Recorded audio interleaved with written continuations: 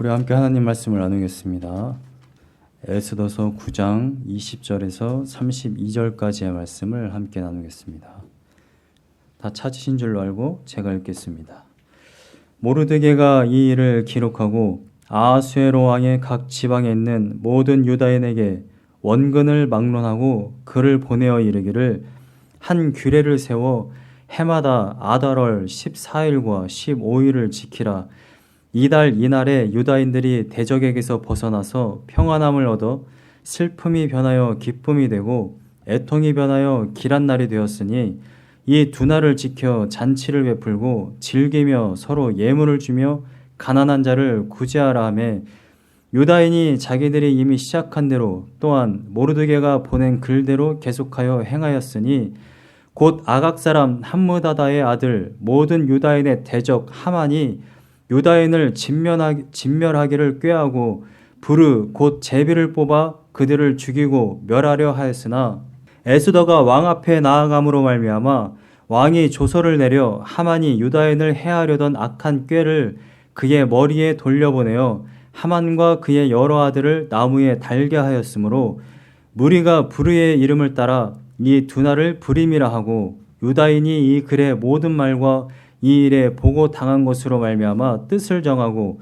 자기들과 자손과 자기들과 화합한 자들이 해마다 그 기록하고 정해 놓은 때 이 두 날을 이어서 지켜 패하지 아니하기로 작정하고 각 지방, 각 읍, 각 집에서 대대로 이 두 날을 기념하여 지키되 이 부리미를 유다인 중에서 패하지 않게 하고 그들의 후손들이 계속해서 기념하게 하였더라. 아비하일의 딸 왕후 에스더와 유다인 모르드게가 전권으로 글을 쓰고 부림에 대한 이 둘째 편지를 굳게 지키게 하되 화평하고 진실한 말로 편지를 써서 아하수에로의 나라 127지방에 있는 유다 모든 사람에게 보내어 정한 기한에 이 부리미를 지키게 하였으니 이는 유다인 모르드게와 왕후 에스더가 명령한 바와 유다인이 금식하며 부르짖은 것으로 말미암아 자기와 자기 자손을 위하여 정한 바가 있음이더라. 에스더의 명령이 이 부림에 대한 일을 견고하게 하였고 그 일이 책에 기록되었더라. 아멘. 이스라엘의 이 절기는 기념일은 전부 다 이 하나님의 구원 사역과 관련이 되어 있는 것입니다. 그래서 6월절, 초막절, 77절, 나팔절, 오늘 나누게 될 이 부림절 또한 하나님께서 구원하신 그 사역을 감사하고 기억하는 그러한 절기인 것이죠. 우리가 이스라엘 사람들처럼 절기를 지키지는 않지만 우리가 구원받은 백성으로서 그들과 같은 맥락 선상에 있습니다. 영적으로 그들과 한 가족이고 똑같은 그러한 구원의 역사를 경험한 것이죠. 그래서 우리는 이 시간에 나와서 하나님께 예배하고 있는 것입니다. 여러분들의 삶이 항상 이 하나님의 구원하심을 잊지 않아서 하나님께 감사하고 하나님을 예배하는 그러한 귀한 삶이 되시기를 간절히 소망합니다. 이 부림절은 구원하셨을 뿐만 아니라 굉장히 대역전, 이 반전극으로 대적을 이기고 승리하는 그러한 승리의 날입니다. 그래서 이스라엘 백성들은 지금도 굉장히 아주 크게 절기를 지키는 절기가 바로 이 부림절인 것이죠. 이 부림절이 어느 때냐? 그것은 21절 말씀에 정확하게 기록되어져 있는데 21절 말씀을 보면 아달월 14일과 15일이라고 되어 있습니다. 아달월은 이스라엘의 종교력으로는 12월입니다. 일반적인 달력으로 치면은 2월과 3월 사이에 이 날이 있습니다. 날짜보다 중요한 것은 바로 이 의미입니다. 의미. 22절 말씀을 보세요. 이달 이날에 유다인들이 대적에게서 벗어나서 평안함을 얻었다라고 기록되어져 있습니다. 그러니까 아달월에 원래 이스라엘 백성은 죽임을 당하게 되어 있어요. 지금 이 에스더의 배경이 어떻게 됩니까? 바벨론의 포로로 잡혀간 그 사람들입니다. 바벨론의 포로로 잡혀갔다가 귀환한 사람들이 있습니다. 그게 바로 이제 느헤미야서, 에스라서에 나오는데 1차로 귀환하고 2차로 귀환한 이스라엘 백성들이 있어요. 고레스 왕 때 귀환을 시켰죠. 그래서 그 귀환한 사람들은 이스라엘에 도착을 해서 뭘 했습니까? 성전을 재건했습니다. 그런데 아직 이 바벨론에 남아있었던 이스라엘 백성들이 있어요. 근데 그 사람들의 이야기가 바로 에스더서입니다. 그런데 그 지방에 남아있었던 사람들에게 어떠한 일이 발생을 했냐면 온 민족이 죽임을 당하는 그러한 위기에 처해져 있었어요. 본문 말씀의 24절 말씀을 보세요.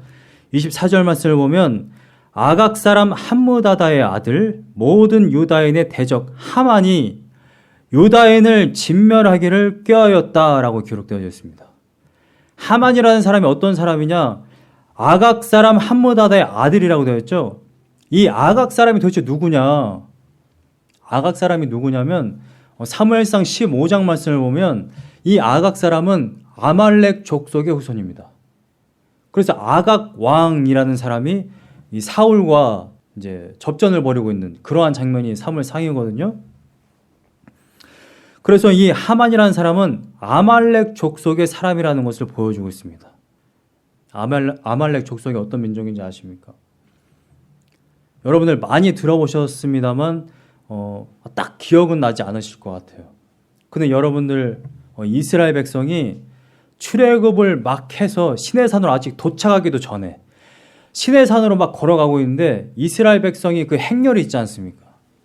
이스라엘 백성들이 시내산으로 걸어가고 있는데 가장 후미에 있던 이스라엘 백성들을 따라가서 그 이스라엘 백성들을 쳐서 죽인 민족이 있는데 그게 아말렉 족속입니다. 물론 창세기도 나오고 뭐 사무엘상에도 계속해서 나옵니다만 이 아말렉 족속은 끊임없이 이스라엘 백성 주변에 맴돌면서 이스라엘 백성을 죽이고 막 괴롭히고 그러한 역할을 했던 사람들이에요.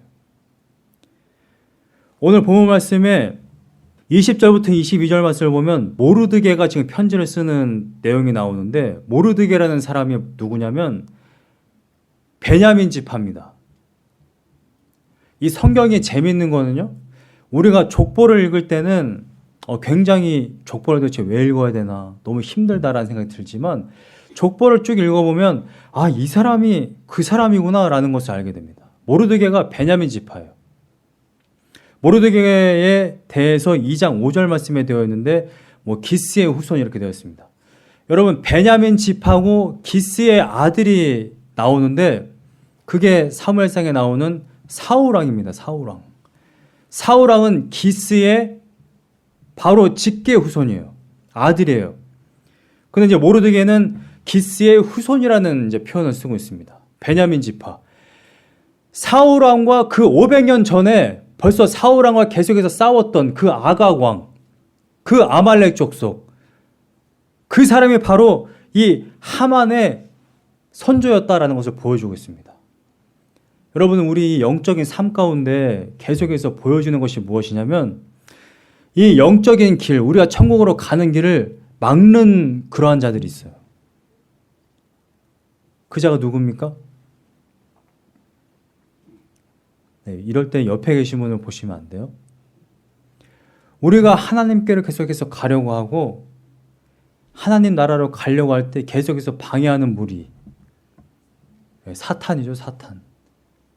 근데 사탄은 항상 우리 주변에 있다라는 것입니다. 끊임없이 우리를 괴롭혀요. 끊임없이 우리가 하나님 나라로 전진하지 못하게 합니다. 이게 성경이 보여주고 있는 거예요. 그래서 성경에 나오는 그 어떤 인물도 온전히 하나님을 예배하고 하나님을 섬기는 사람이 없어요. 항상 실패하고 항상 넘어집니다. 왜 이러한 일이 발생을 하느냐? 끊임없이 우리를 하나님 나라로 못 가도록 괴롭히는 자들이 있기 때문에 그렇습니다. 내가 한 걸음 더 하나님께로 가려고 할 때 너 그 길 아니야. 너 왜 그 길로 가? 너 그 길로 가면 삶이 고달퍼져.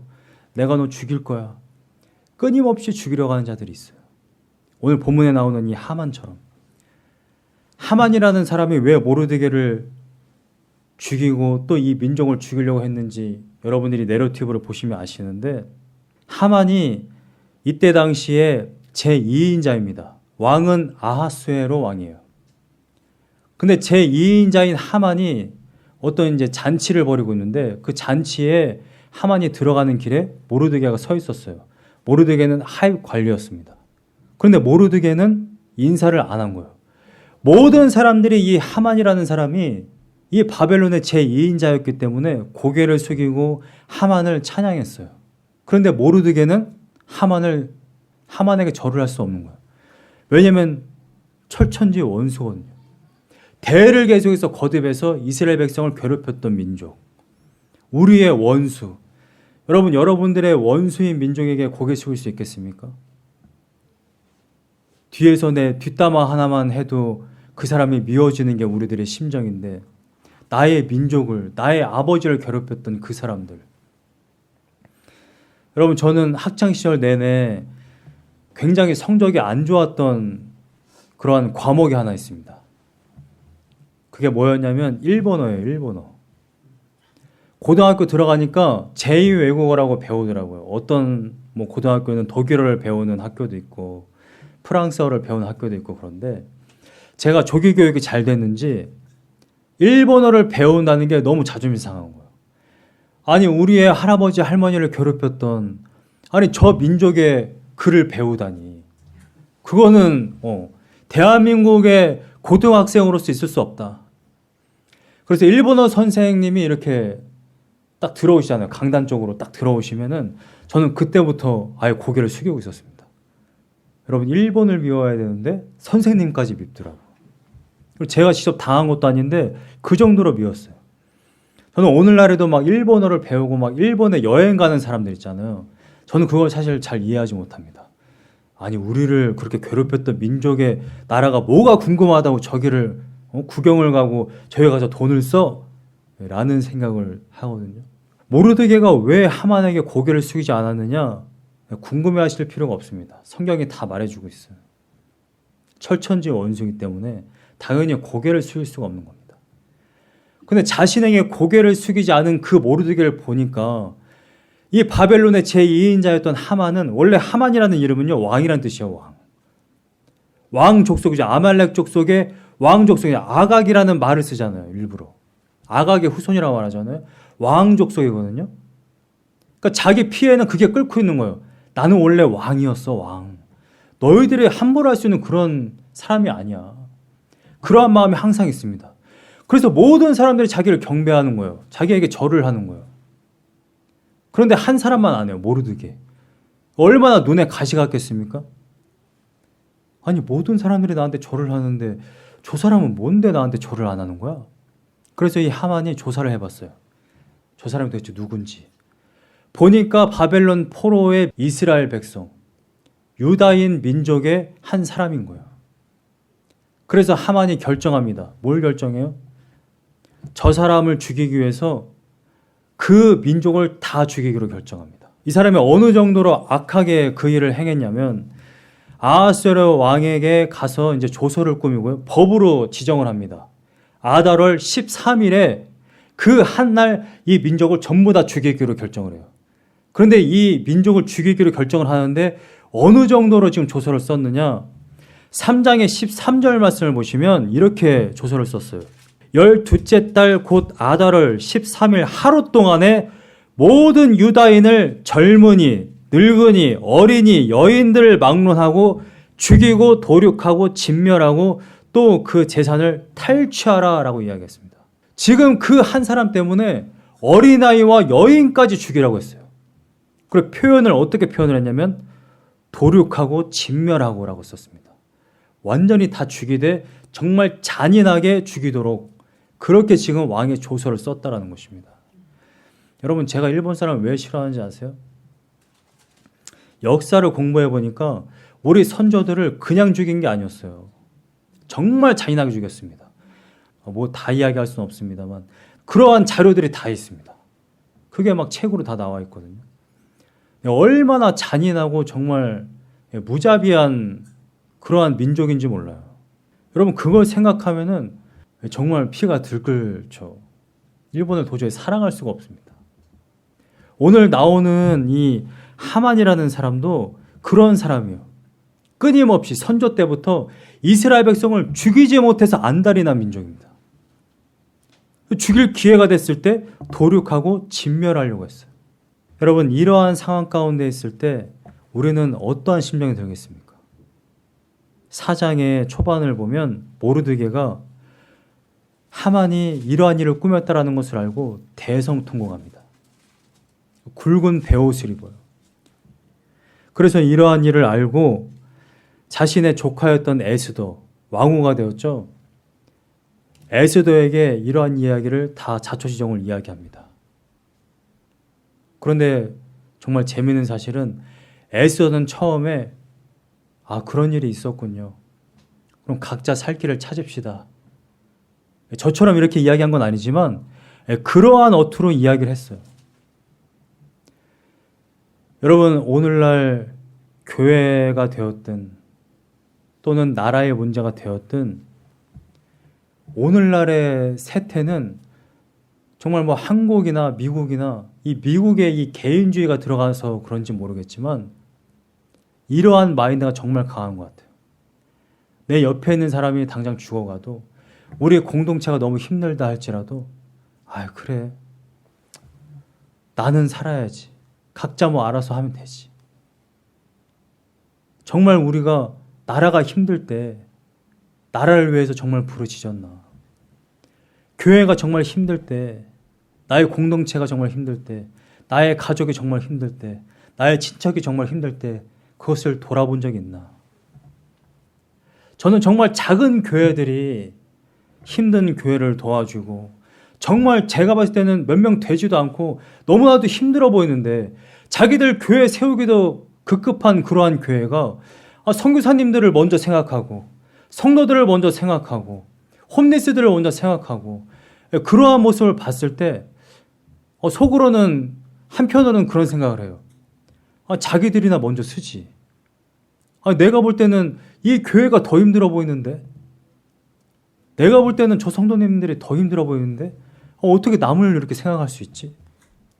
그런 생각을 할 때가 많이 있습니다.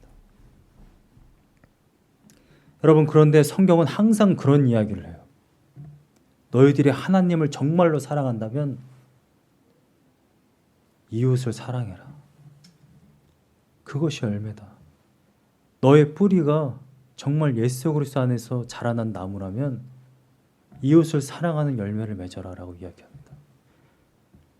에스더서가 왕후가 돼서 나는 나대로 살고 내 민족들은 또 알아서 살겠죠 라는 마인드를 갖고 있을 때 모르드게가 이러한 이야기를 합니다. 4장 말씀을 보세요. 4장의 13절 말씀을 보면 너는 왕궁에 있으니 모든 유다인 중에 홀로 목숨을 건지리라 생각하지 말라. 여러분, 하만이 유다 모든 민족을 죽이기로 왕의 조서를 썼어요. 오늘날도 법으로 제정하면은 그것을 함부로 바꿀 수 없듯이 옛날에는 왕이 편지를 딱 써서 왕이 자신의 반지로 인주를 딱 찍으면 그건 왕도 못 바꿔요. 나중에 8장 말씀을 보면 아시겠습니다만 자신이 유다인들을 살리고 싶다고 해서 그 편지를 무시하고 그냥 유다인들을 살릴 수가 없는 거예요. 그래서 왕과 모르드게와 에스더가 짜낸 그 지혜가 뭡니까? 새로이 편지를 쓰되 그 날에 모든 유다인들이 전쟁할 준비를 해서 자신들이 치러오는 사람들을 죽이도록 해라라는 조서를 다시 씁니다. 무슨 말이냐면 기존에 썼던 조서를 바꿀 수가 없다라는 거예요. 그렇기 때문에 왕이 조서를 써서 유다인들을 다 죽이기를 결정을 하면 왕후인 에스더 또한 죽을 수밖에 없다라는 것입니다. 법이기 때문에 그래요. 왕이 에스더를 아무리 사랑해도 법으로 정했으면 자신의 아내를 죽여야 돼요. 이게 법입니다, 법. 그래서 모르드게가 이렇게 이야기하는 것입니다. 유다인 중에 홀로 목숨을 건지리라 생각하지 마라. 그래서 14절 말씀에 이렇게 이야기하고 있는 거예요. 모르드게가 이때에 내가 만일 잠잠하여 말이 없으면 유다인은 다른 데로 말미암아 노임과 구원을 얻으려니와 너와 내 아버지 집은 멸망하리라. 여러분, 4장 14절 말씀이 얼마나 우리 그리스도인들에게 무서운 말인지 모릅니다. 근데 성경에 정말 많은 이러한 말들이 있어요. 하나님이 여러분들에게 사명을 주십니다. 교회를 위해서 또는 가족에게 또는 나라에게 어떠한 하나님의 일을 위해서 여러분들을 보내셨어요. 단 하루라도 여러분들이 살아간다면 그거는 하나님이 여러분들에게 사명을 부여하셨기 때문에 그렇습니다. 여러분들에게 대한민국에 태어나게 한 것, 여러분들 미국에 보낸 것, 여러분들을 여러분들의 가정에 보낸 이유는 분명한 하나님의 목적이 있다는 겁니다. 하나님의 일에 우연이 없어요. 우연이. 여러분들 이걸 믿으시길 간절히 소망합니다. 절대 우연이 없어요. 성경을 보세요. 창세기부터 요한계시록까지 단 한순간도 그리스도인에게 있어서 우연한 일이 없습니다. 아니, 그리스도인뿐만 아니라 온 민족 가운데, 온 열방 가운데 세상에 이 풀 한 폭이 나는 것조차도 다 하나님의 뜻이에요. 창조주의 명령을 받아 풀이 자라나기도 하고 죽기도 하는 겁니다. 우연한 일이 없다라는 거예요. 나는 그냥 살다 보니까 여기까지 왔어. 내 인생은 아무 의미가 없어. 여러분 절대 그렇지 않다라는 것입니다. 그런데 이러한 사명을 가지고 우리가 이때를 위해서 사명 감당을 해야 되는데 사명 감당을 안 하면 어떻게 된다고 그래요? 모르드게가 이야기하기를 너와 내 아버지 집은 멸망한다. 근데 내가 확신하는 게 있다. 모르드게가 이야기합니다. 내가 확신하는 게 있다. 유다인은 하나님의 백성이기 때문에 분명히 구원을 받는다. 유다인은 다른 데로 말미암아 노임과 구원을 얻으려니와. 여러분 켄터키 미션교회 신현덕이 없으면 켄터키 미션교회가 없어질까요? 더 잘 되죠. 더 부흥해요. 그런데 마치 내가 켄터키 미션교회를 이끌어가는 것처럼 생각을 해서 내가 없으면 뭐가 되겠어? 어느 날 제가 이 직분을 감당 안 하면 켄터키 미션교회는 부흥하지만 저는 어떻게 돼요? 멸망하는 겁니다. 멸망하는 거. 왜 멸망을 하죠? 하나님께서 말씀하신 것을 순종하지 않았으니까. 사명을 감당하지 않았으니까. 여러분 모든 그리스도인들 사명 마찬가지예요. 내가 사명을 감당하지 않고 공동체를 위해서 기도하지 않고 내가 나라를 위해서 일하지 않으면서 내가 대통령이 어떻고 뭐 목사가 어떻고 교회가 어떻고 이야기하면 안 되는 것입니다. 우리는 사명을 감당하기 위해서 이 땅에 보내진 겁니다. 여러분 우리가 대통령 욕하라고 뉴스 하나님이 보여주신 게 아니라는 것입니다. 기도하라고 보여주시는 거예요. 모르드게가 이 이야기를 할 때에 에스더가 이렇게 이야기합니다. 에스더가 모르드게에 회답하여 이르되 당신은 가서 16절 말씀 보세요. 당신은 가서 수산에 있는 바벨론의 이 수도입니다. 지금 유다인들이 다 몰려있는 그 지역이에요.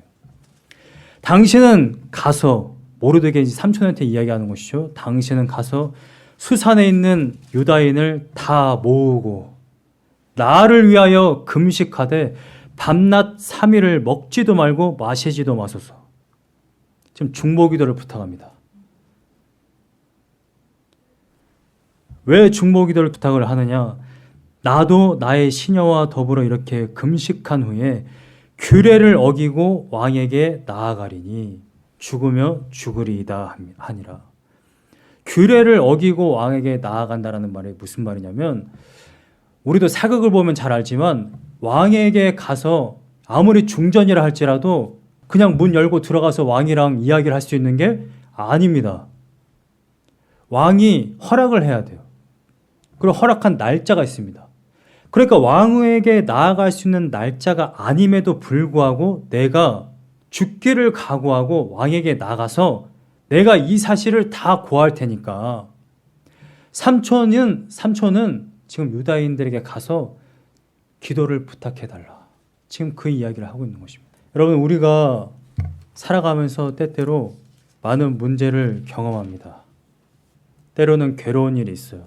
때로는 어떤 공격을 받습니다. 우리나라가 일제치하를 겪은 것처럼 오늘날에도 우리가 항상 정말 위험한 범죄 가운데 놓여져 있고요. 때로는 아는 사람들로부터 공격을 당할 때도 있고요. 지금 우크라이나처럼 저렇게 정말 힘든 지금 전쟁의 그런 시간을 보내는 경우도 있습니다. 역사는 우리가 결코 이 땅에 살아가는 동안 우리가 천국을 살아간다고 말하지 않아요. 행복한 일이 가득해라고 말하지 않습니다. 괴로운 일들이 있어요. 슬픈 일들이 있습니다. 역경이 있어요. 그런데 성경은 인생은 그렇게 괴로워. 인생은 정말 힘든 일이야. 그게 인생이야. 그렇게 말하고 끝나지 않습니다. 성경은 항상 무엇을 이야기하냐면 그 고통, 그 문제를 해결할 수 있는 방법을 알려줘요. 그게 뭐냐? 바로 기도입니다. 기도가 뭐냐면 하나님을 의존하는 거잖아요. 모든 문제 해결자. 오늘 본문 말씀 9장의 25절 말씀에 에스더가 왕 앞에 나아감으로 말미암아 왕이 조서를 내려 하만이 유다인을 해하려던 악한 꾀를 그의 머리에 돌려보내어 하만과 그의 여러 아들을 나무에 달게 하였으므로 라고 기록되어져 있습니다. 에스더가 2번 잔치를 벌여요. 그래서 그 2번째 잔치 때 이 하만이 모든 유다인을 죽이려 합니다라는 이야기를 해요. 그래서 이 왕이 이 하만의 계략을 알고 원래 하만이 모르드게를 죽이려고 준비했던 나무 장대가 있습니다. 어떤 그림은 이 장대를 큰 나무에, 전봇대 같은 큰 나무에 이제 위에는 연필처럼 깎아놓은 그러한 그림을 그려놓고 있더라고요. 그러니까 하만은 원래 모르드게를 이 날카로운 연필처럼 깎아놓은 이 나무 기둥에 모르드게를 그냥 꼽아버리려고 했던 거죠. 그런데 모르드게를 이렇게 죽이려고 했던 하만이 에스더와 유다인 모든 민족이 하나님께 금식 기도로 부르짖음으로 말미암아 대역전이 이루어집니다. 여러분, 이 대역전이 제가 지금 이렇게 이야기하니까 제가 시간이 없어서 다 이야기 못하니까 이러지만은 굉장히 드라마틱합니다. 에스더서 1장부터 보면 너무 재밌어서 아마 여러분들이 읽으시면 쭉쭉쭉 넘어갈 거예요. 근데 이러한 일이 어떻게 발생하게 됐습니까? 기도를 해서 이러한 일이 발생한 겁니다. 기도를 해서. 여러분, 하나님은 항상 하나님의 자녀를 보고 계세요. 에스더서에 하나님이라는 말이 한 번도 안 나와요. 직접적인 언급이 한 번도 없습니다. 그런데 하나님이 지금 존재하고 계시고 하나님의 백성을 돌아보고 계시다라는 것이 1장부터 10장까지 이걸 이미 너무나도 잘 내포하고 있어요. 이 작가가. 바벨론 포로 기간에 우리가 하나님께 불순종해서 이 포로지에 끌려와 있고 하나님이 안 계신 것 같고 그러한 생각이 들 수 있지만 이 에스더서는 분명하게 그것을 보여주고 있다는 것입니다. 우리가 못 보고 있지만 하나님은 분명히 살아계시고 하나님의 백성을 분명히 돌아보고 계시다. 여러분, 하나님은 여러분들을 항상 돌보고 계십니다. 항상 눈여겨보세요. 그런데 우리들의 삶 가운데 하나님의 역사가 안 나타나는 것은 기도를 안 해서 그런 겁니다. 성경이 분명하게 이야기해요. 하나님은 모든 것을 다 준비하고 계세요. 기도를 하는 그 순간 하나님이 마치 나인원원처럼 바로 즉각 일하십니다. 그런데 하나님은 뭘 요청하시느냐? 기도를 요청하세요. 왜 기도를 요청합니까? 하나님은 항상 동역하기 원하세요. 하나님 홀로 일하기 원하신다면 모세가 필요 없다니까요. 모르드게가 필요 없습니다. 선지자들이 필요 없고 사도들이 필요가 없어요. 하나님은 항상 하나님의 사람들을 통해 일하기 원하십니다. 여러분, 우리가 정말 목숨을 걸고 하나님 앞에 기도할 때 하나님은 반드시 들으십니다. 여러분들 이걸 믿으셔야 돼요. 하나님은 내가 기도해도 귀등으로도 안 들으셔. 내가 10년을 기도했는데 도대체가 기도에 응답이 없으셔. 그런 분이 아니십니다. 여러분들이 지나가는 말로도 잠깐 얘기한 것도 하나님이 들으시는 분이십니다. 여러분들이 이 기도의 응답, 하나님께서 항상 우리를 구원하시고 내 문제를 해결하시고 하나님이 우리에게 승리를 주신다라는 그 경험이 매일같이 있기를 간절히 소망합니다. 여러분들이 그걸 아셔야만 돼요. 제가 힘든 일이 있을 때마다 제가 항상 되뇌이는 그런 문구가 있습니다. 그게 뭐냐면 하나님이 이기셔라는 겁니다. 제가 예배를 준비할 때 굉장히 힘들 때가 있어요. 영적으로. 그럼 제가 소리를 지릅니다. 이 마귀 사탄 이들이 뭔데? 하나님이 이겨. 여러분 신앙생활 하면서 가장 중요한 마인드가 뭐냐면 이기는 습관이에요. 이기는 습관. 여러분 우리가 인생을 살아가면서도 마찬가지입니다만 항상 지는 습관을 가지잖아요. 그럼 죽을 때까지 계속해서 지다가 관에 들어가기 직전에 그런 생각을 한단 말입니다. 아, 인생이 참 후회스럽다. 맨날 끌려다니는 인생이었어. 맨날 지는 인생이었어. 여러분 하나님을 꼭 생각하시기를 간절히 소망합니다. 아멘. 그 어떠한 것도 하나님을 이길 수가 없어요. 하만? 바벨론의 제2인자? 그게 뭔데? 그래봐야 똑같은 사람이잖아요. 절대 하나님을 이길 수가 없습니다. 하나님은 맘만 먹으시면 해도 떨어뜨릴 수 있으신 분이에요.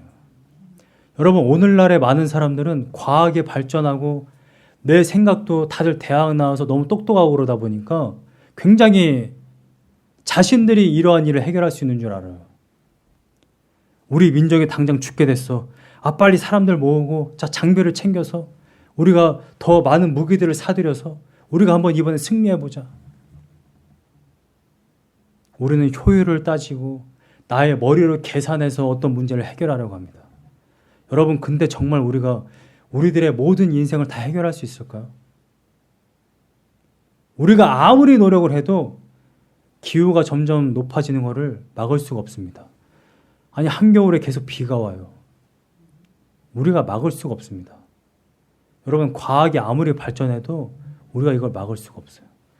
과학이 아무리 발전해도 우리가 죽는 걸 막을 수가 없습니다. 우리가 아무리 똑똑해도 정말 영화처럼 우리가 과거로 뭐 타임머신을 타고 돌아가고 여러분 하나님이 지으신 세계는 이 직선적인 시간관이 있기 때문에 그게 절대로 가능하지 않습니다. 우리는 진짜 모든 문제 해결자이시고 모든 것의 능력자이신 하나님을 의지하기를 간절히 소망합니다. 우리가 그분을 의지할 때 우리가 그분이 승리하신다는 걸 알 때 우리가 정말 믿음으로 승리할 수 있습니다. 예수님이 분명하게 말씀하셨어요. 십자가를 지시면서 내가 다 이루었다. 예수님이 십자가에 달려서 돌아가실 때 사탄들은 자신들이 이긴 줄 알았어요. 근데 예수님은 3일 만에 부활하셨습니다. 절대 이길 수가 없어요. 예수님은. 절대 어둠의 권세가 예수님을 이길 수 없다는 것입니다. 우리는 이기는 사람 편에 서 있잖아요. 이기는 분 곁에 있잖아요. 이틀 전이었죠. 지난 금요일 날 밤에 창밖을 보신 적 있으십니까? 안개가 어마어마했어요. 저 정말 깜짝 놀랐어요. 제가 처음으로 어떤 날씨를 보고 이런 공포감이 든 건 처음이었습니다. 정말 아무것도 안 보이더라고요. 바로 앞에 있는 건물도 안 보였어요. 여러분 안개가 껴서 아무것도 안 보이면 우리는 공포감에 쌓입니다. 제가 인생을 살아가면서 계속해서 내가 흔들리고 불안해하고 공포감을 느낄 때가 언젠가 가만히 묵상해 보니까 앞이 안 보일 때더라고요. 여러분 지금 옆에 하나님 보이십니까? 와우. 여러분 우리가 이렇게 예배를 드리는 가운데도 하나님이 안 보여요. 눈으로. 그런데 정말 큰 문제가 딱 내 앞에 닥쳤을 때 하나님이 더 안 보입니다. 그 문제만 보여요. 누군가가 나를 괴롭히면 괴롭히는 그 사람만 보입니다. 내가 슬픈 일 있으면 그 슬픈 일만 보여요. 당장. 여러분 우리가 문제를 딱 닥쳤을 때 왜 우리가 슬퍼하고 왜 힘들어하고 왜 불안해하냐면 하나님이 안 보여서 그런 겁니다. 어떠한 문제가 있든지 간에 하나님이 내 옆에 계시다는 것을 알면 우리는 거기에 흔들리질 않아요. 여러분 에스더가 왜 유다 전 민족에게 금식을 명했습니까? 왜 자신도 금식을 했습니까? 정말 금식에서 정말 열심히 기도하면 하나님이 들어주실까 봐? 금식의 의미는 그런 게 아니잖아요. 내 생명을 하나님께 맡긴 거잖아요. 저희 아버지가 40일 금식을 2번 하셨습니다. 40일 금식을 2번째 하셨을 때 제가 어머니를 한번 찾아간 적이 있어요. 거의 40일 금식 거의 끝 무렵에 거의 30 며칠 남았을 때 저희 아버지가 원래 젊으셨을 때 정말 풍채가 크셨어요. 배가 이렇게 나오시고 이러신 분이셨어요. 근데 그 금식 기도 30 며칠째에 저희 어머니랑 찾아갔는데 살아있는 사람의 모습이 아니더라고요. 정말 죽어있는 사람처럼 완전히 말라 계시더라고요. 그런데 그때 제가 놀란 게 뭐냐면 얼굴 모습은 평소의 아버지와 너무 다른 거예요. 아, 정말 천사의 모습이 저런 것인가? 그런 생각이 들었어요. 여러분, 정말 우리가 생명을 하나님께 맡겼을 때 우리들의 마음 가운데 안개가 걷히고 정말 담대함으로 매일마다 승리할 수 있습니다. 여러분, 우리가 문제 앞에서 무너지길 원치 않아요. 우리가 그럴 때마다 그 생각을 하시길 원합니다. 이 문제가 뭔데? 하나님이 이기셔. 내 생명은 하나님께 있어. 아멘. 내가 왜 이러한 문제 때문에 내가 흔들려? 하나님이 이기셔. 안개 너머에 우리가 무엇이 있는지 우리는 알고 있잖아요. 이미. 안개가 꼈어도 바로 저 너머에 안개가 당장 내 눈앞을 가린다 할지라도 저 너머에 하나님이 계시다는 거. 아멘. 여러분들이 이것을 항상 잊지 않고 승리하는 신앙생활 되시기를 간절히 소망합니다.